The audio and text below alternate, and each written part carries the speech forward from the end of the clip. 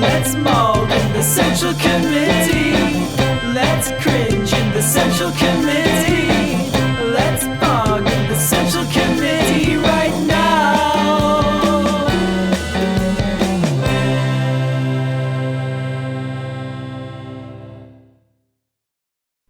So the union lost. There's no ifs, ands, or buts about it. The union got fucked. And I want to be honest with you about this because, and you know, we could complain. I want to complain about all the shit that Amazon did.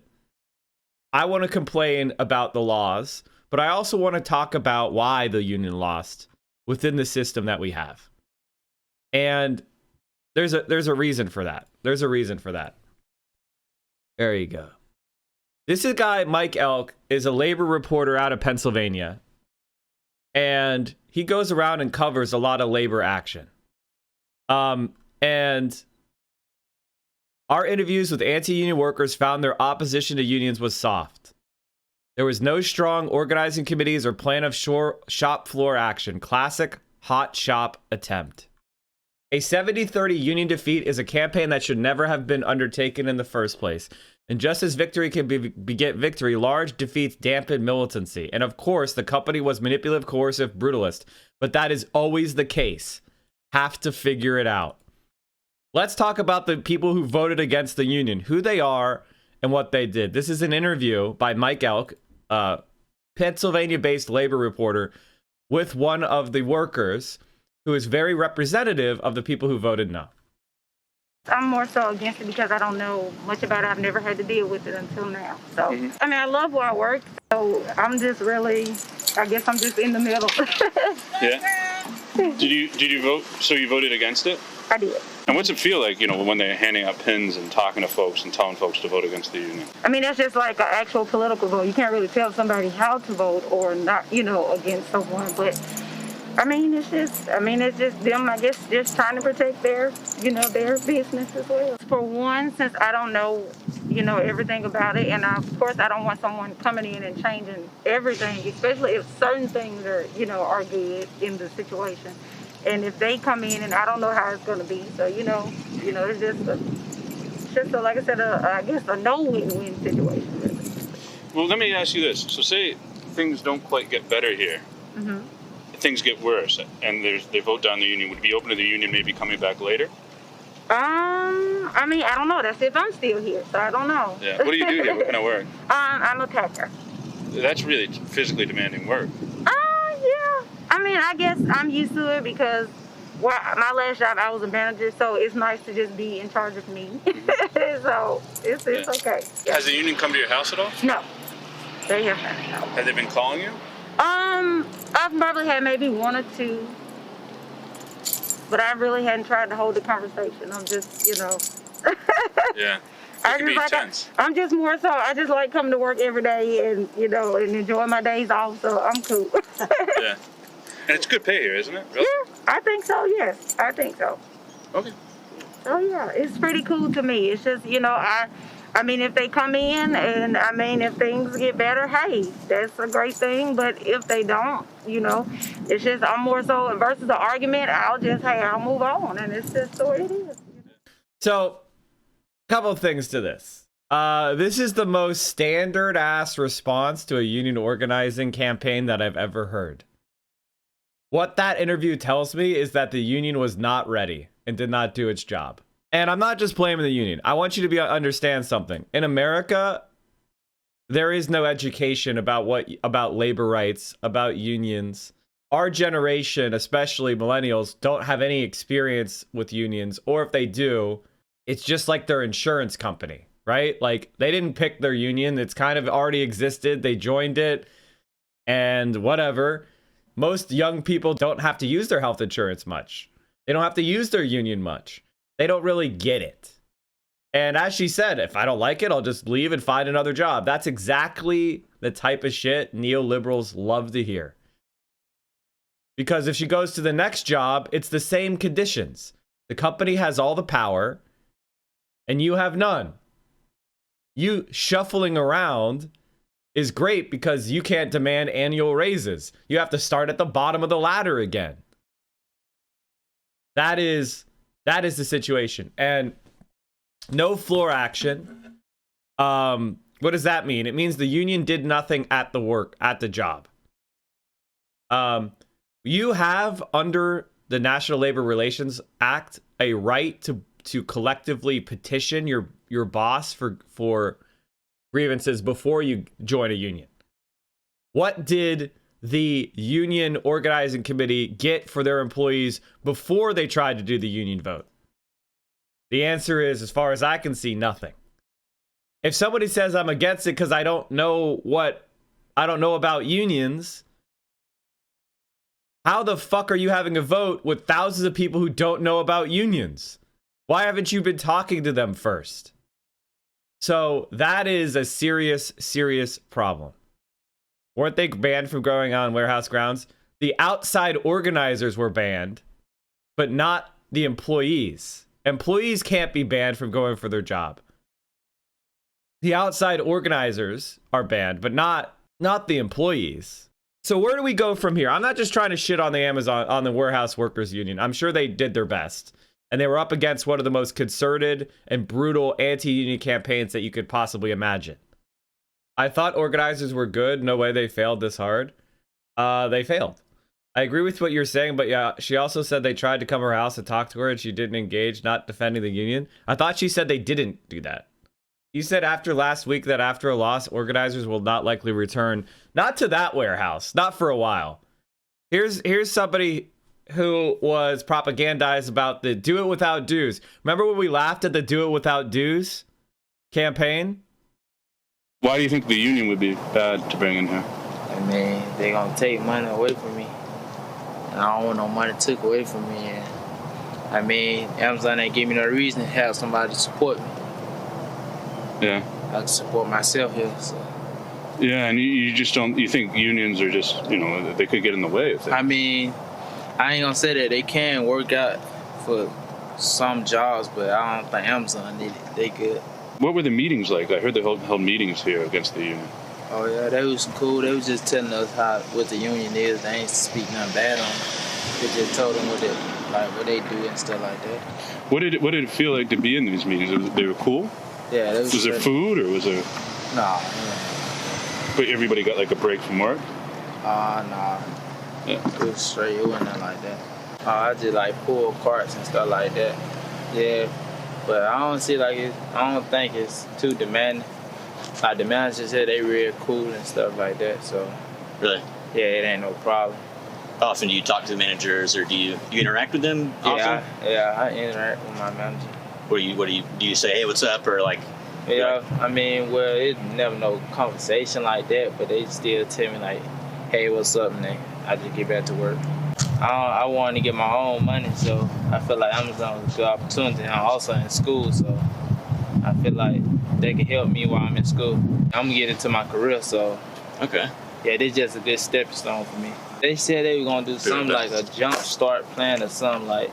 If you be here a year, they can send you to school and stuff like that. So, but I ain't gonna get into that. But I'm just saying that for people that need opportunities and stuff like that. You can see a couple things from these interviews. The first is like they attended these anti-union meetings. They uncritically accepted the information put forward by the company, and there was no corresponding counter education from the union. That's what happened. And Amazon, they have a bunch of people making $15 an hour. And they're being told you're going to have to pay money every month to a union. And there's, no guarantee or no immediate contract gain. So for a lot of those people, they see this as temporary work. They don't see themselves. You see, this is the temporary embarrassed millionaire of American workers, which you don't see as often in other places. It's a stepping stone. It's temporary. They don't see themselves as a worker for the long haul at Amazon. I mean, I'm sorry, but like, if you're in your 30s and you're working at Amazon as a warehouse worker, like, You should be more realistic about the path your life is on right now and get the best possible contract you can get right now. You should be paid the value of what you produce. Stop thinking that you're going to make it big and you're going to have it easy. Like, get pulled together with your fellow workers. They're just the same as you, and start to be a little bit more adult. But America has so much of a fantasy life that that's how they don't approach it like that. And you know what? Like, while captive audience meetings are often depicted as being hostile situations, Jeremiah Oki said he found the meetings were cool. They were cool. They were just telling us what the union did. And like, I'm not trying to beat up on these people. I don't really have any issues with Amazon right now, so. Yeah. Is it a good job for you here? Yeah. It's How old are you? I'm 20. No, 36. 36? Yeah. So this is a good job. It's a physically demanding job. Yeah. And what do you think? Bringing a union would be bad? No. I don't think it'll be bad. I don't think, I'm both ways, so. Where'd you get these pins that say vote no? From Amazon. They're giving them out. Yeah, so you wear them, and do a lot of people wear them? Yeah, everybody almost wears them. And bosses want you to wear the pins like that? Yeah. So, wow. So what do you think? You think they're going to win or lose here? Don't know. And your name's Daniel Tavares? Tavares, yeah. Tavares. Yeah. And what do you think is important for people to know about this vote and how people are feeling? That your voice matters. Yeah. Yeah. Pretty much. All right, thank you, guys. Thank you so much. Now, it's up to you whether or not you want to just do the bare minimum or, well, like Brian, for example, has 37 pieces of flair on today, okay? A terrific smile. Okay, so you want me to wear more? Look, Joanna, Yeah. people can get a cheeseburger anywhere, okay? They come to Tchotchkes for the atmosphere and the attitude. Okay, that's what the flair's about. It's about fun. Yeah. Okay, so more than, yeah? Look, we want you to express yourself, okay? Now, if you feel that the bare minimum is enough, then okay. But some people choose to wear more, and we encourage that, okay? You do want to express yourself, don't you? Yeah. Okay, great. That's all I ask. No shortcuts. Organizing for power in the new Gilded Age. This chapter demonstrates how motivation and strategy may have more to do with failure and success across all sectors of workers than previously thought. Most academics have long assumed that organizing the unorganized might be possible only among low-wage service workers. The workers there were mostly men, and the employer had encouraged and exploited racial and ethnic divisions among them so profoundly as to turn the plant into a de facto Jim Crow enclave. It was in this unpromising context that the workers in a traditional private sector factory were organized into a strong union that achieved a stunning win.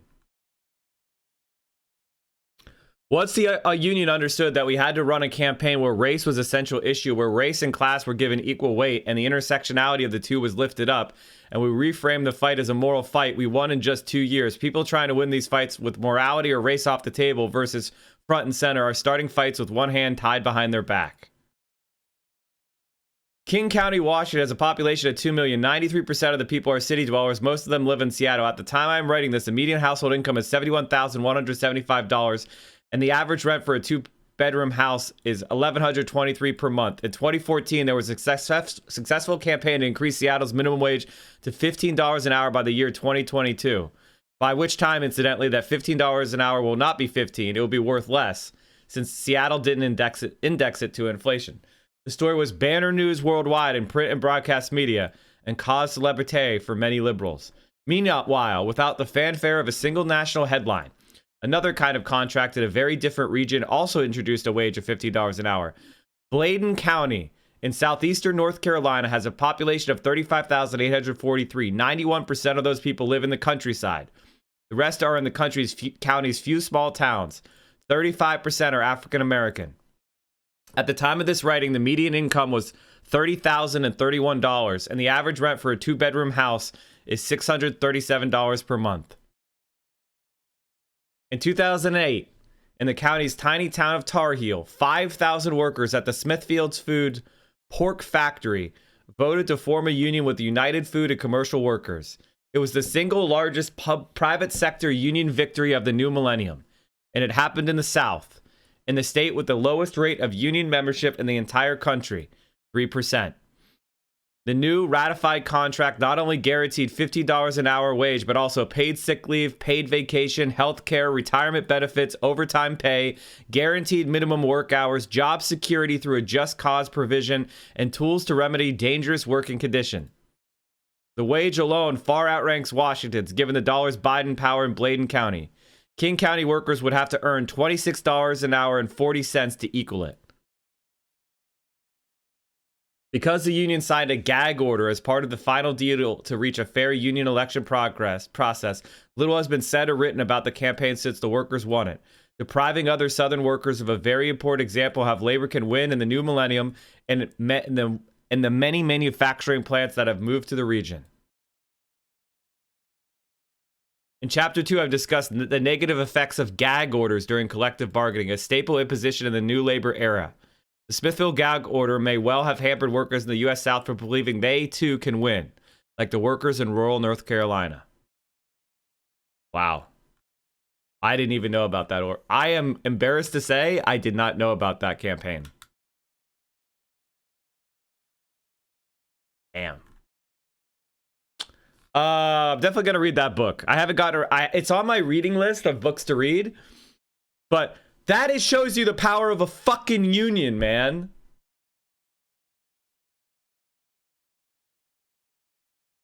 Holy shit, dude. That's how I feel. You know you're infringing on my right to celebrate new holidays. That's not a right. Well, it's going to be, because I'm going back on strike. Yeah, it's a walkout! No, I gotta stay here and wait for the call. You're siding with management? No, I'm just... Scab! Scab! Scab!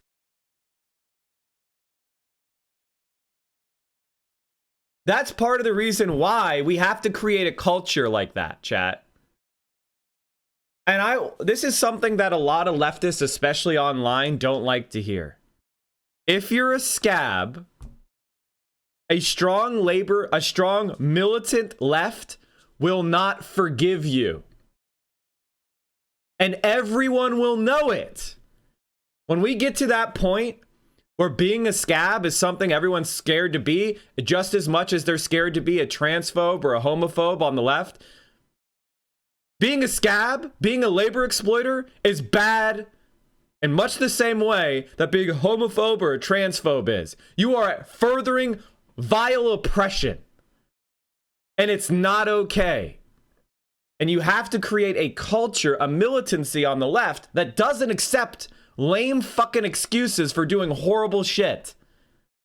That is actually part of what will make the left win. If you are not willing to hold other people accountable, hold them to standards, then you will never win. Because everybody will be acting in their own personal self-interest, and that's how a collective fails. You have to talk to the people you know to get there. Exactly. And I'm not just saying you run into a room and scream scab at everyone like Kramer just did. But you build solidarity. And part of building solidarity is also accountability. You can't have solidarity with no accountability. If people break solidarity and they're never held accountable, then it's worthless, that it's voluntary, that it is that it has no teeth. And labor needs to have teeth in order to win. Let's get one more of these anti-union interviews. And I think what I like about these interviews from Mike Elk is he lets the people talk. And you probably would have expected these people, if you saw them walking out of Amazon, to have voted no. But they did. And you know what the union organizing didn't talk about, probably? Race. You know what the union organizers didn't talk about?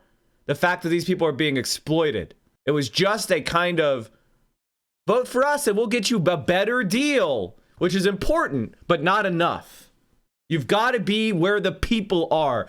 That's the way I believe you organize. You go into a community and you find the members there and you listen to their concerns and you build organizing around their concerns. You don't just impose your fucking will on them, your ideological view, your strict leftist perspective. You go and talk to those people about what is applicable to them. That's why intersectionality is an amazing tool.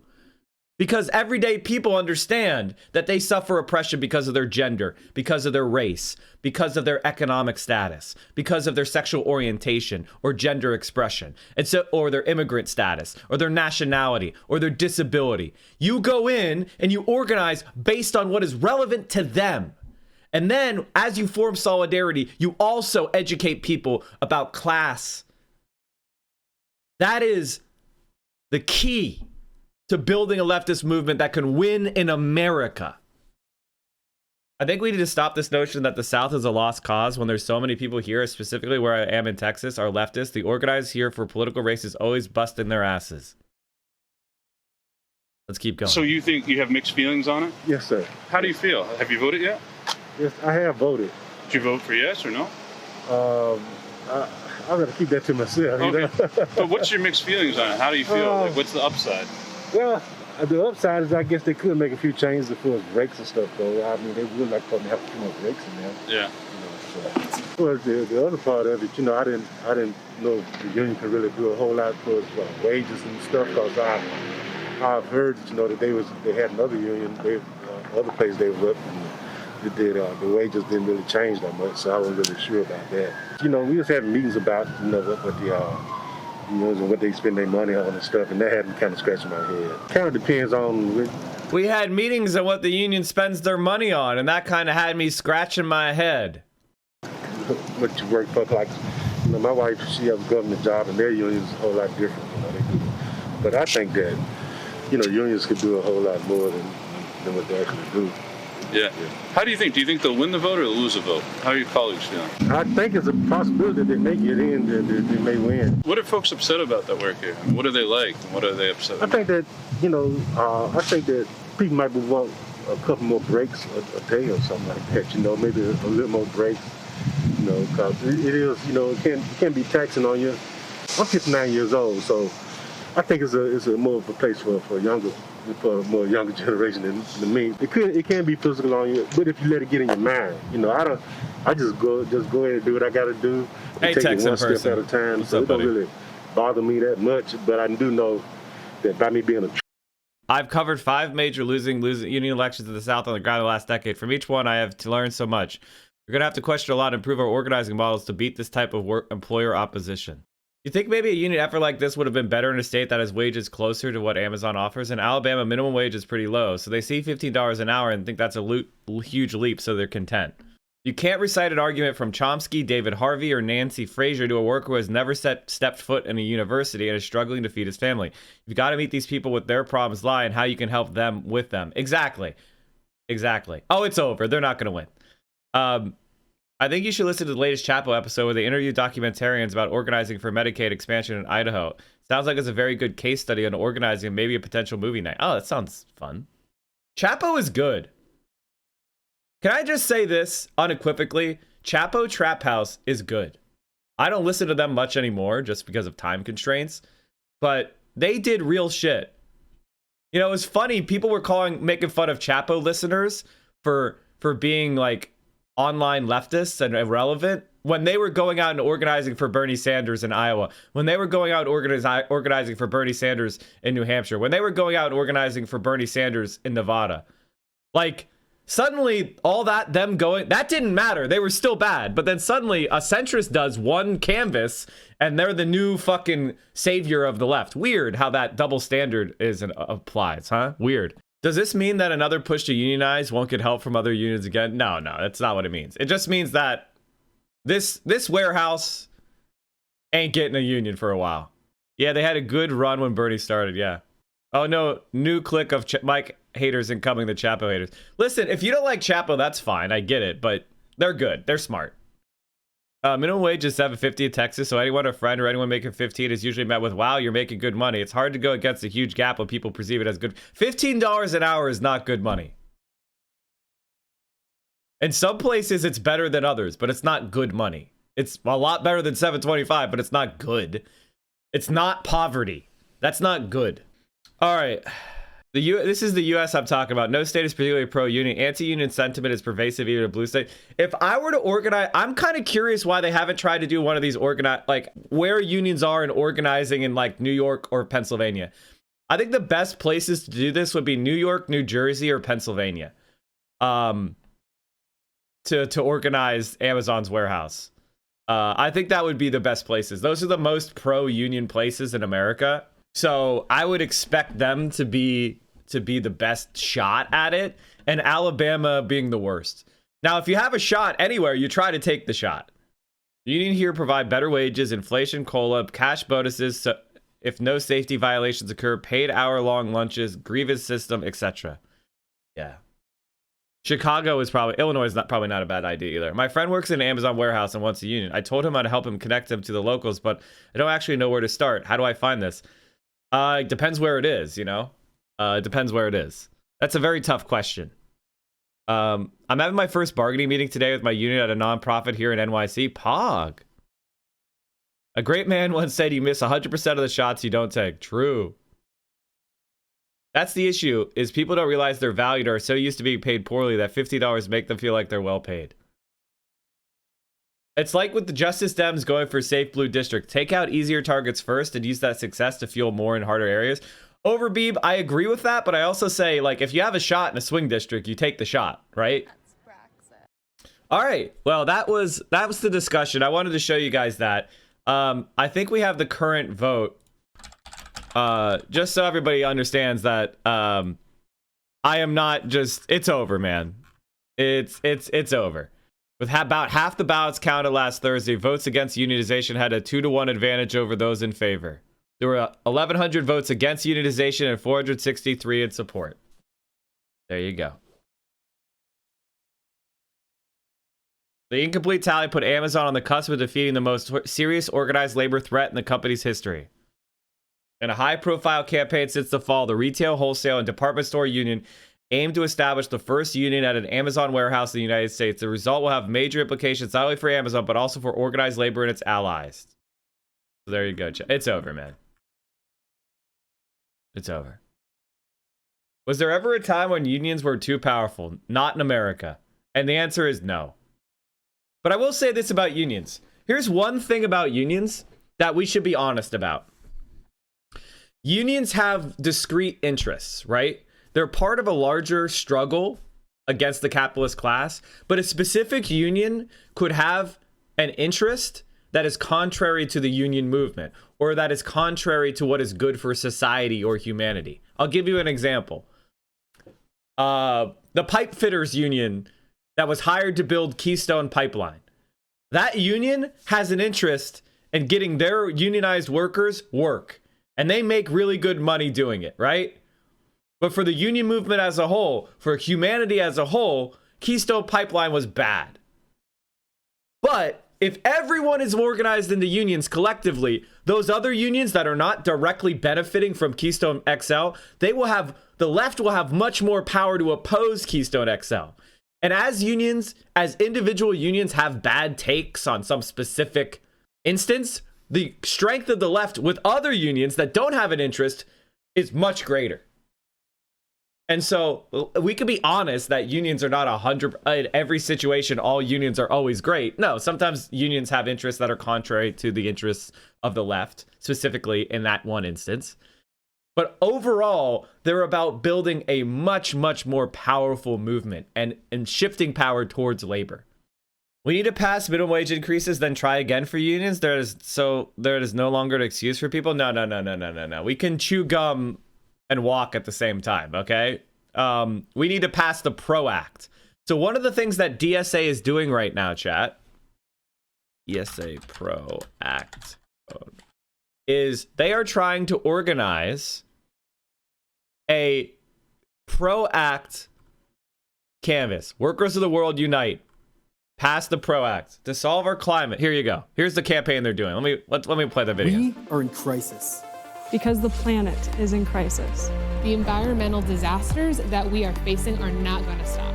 And in the face of disaster, we need a proven solution. We, the working class, need to organize. Because everything we have, we won by fighting. During the Great Depression, it was trade unionists and socialists who organized to win the New Deal. During World War II, it was that same labor movement that created the arsenal of democracy and defeated the Nazis. But since then, the labor movement has lost power. Weakened by neoliberal forces who see empowered workers as a threat to their profits. We are in crisis. Because now the world faces another existential threat. Fossil fuel capitalists and the politicians they own are standing between us and survival. Between us and a better world. We need to remember. To remember the history of our movement. And to restore its power. It's time to pass the PRO Act. To strengthen unions and put power back into the hands of the American worker. To build a movement strong enough. To once again defeat the forces that threaten us. And to ensure our survival. By winning a Green New Deal. And creating millions of good union jobs. We, the working class, are in crisis. And we will meet it like we always have, by fighting together.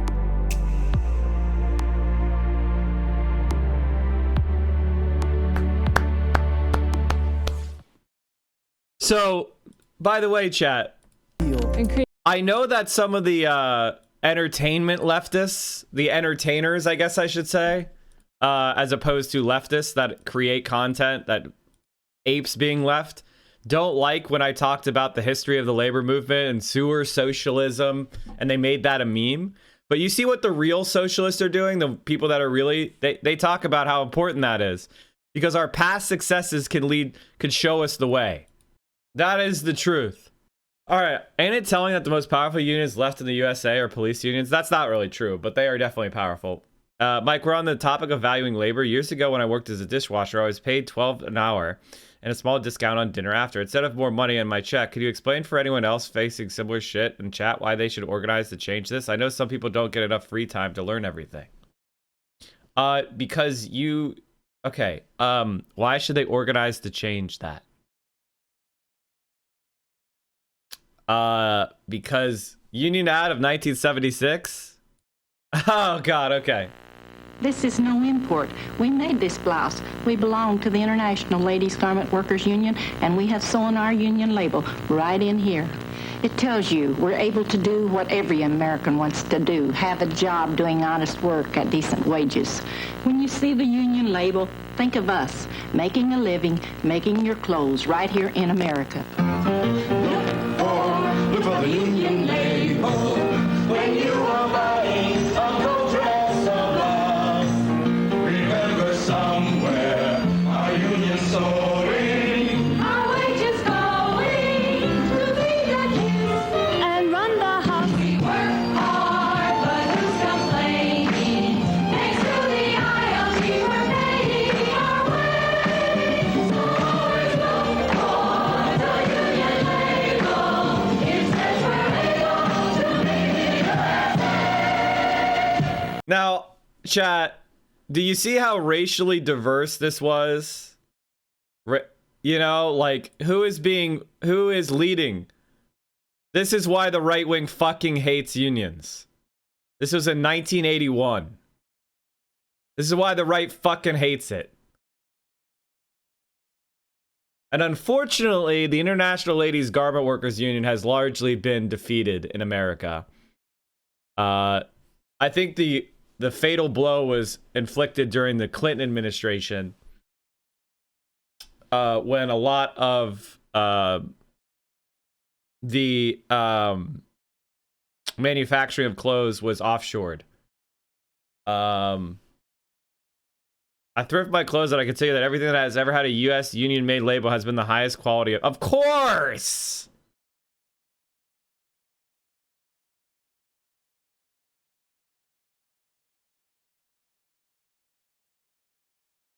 That was 1981? Yeah, this is 1981. It's a very classic. And of course, everybody, we've seen this before.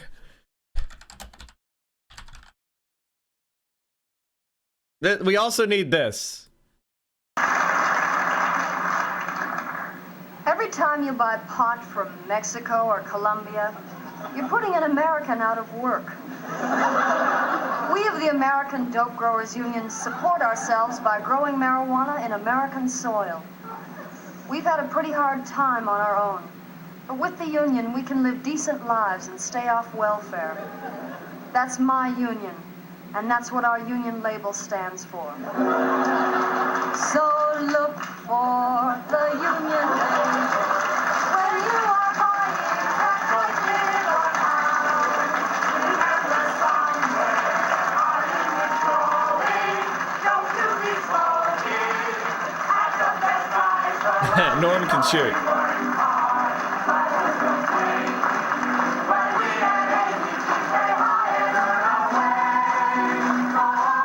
DSA Oiler emote? When I actually get an Oiler.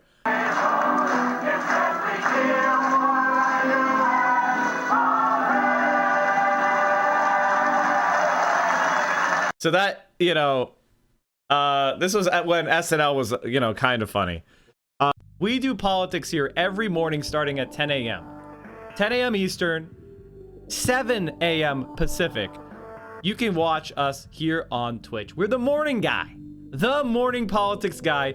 Politics Frogs in every single day. Same time, 10 a.m. Day in, day out. And we carry you through your morning and early afternoon politics needs. And if you need more, Mike from PA, we have a YouTube channel. We talked about Suburbs, the My Pillow guy, Ted Cruz. We talked about DSA. Amazing. Making fun of Tim Pool. Amazing. Look at all of these amazing videos. Get in there, watch them. We have me on Twitter. You got to follow me on Twitter, chat.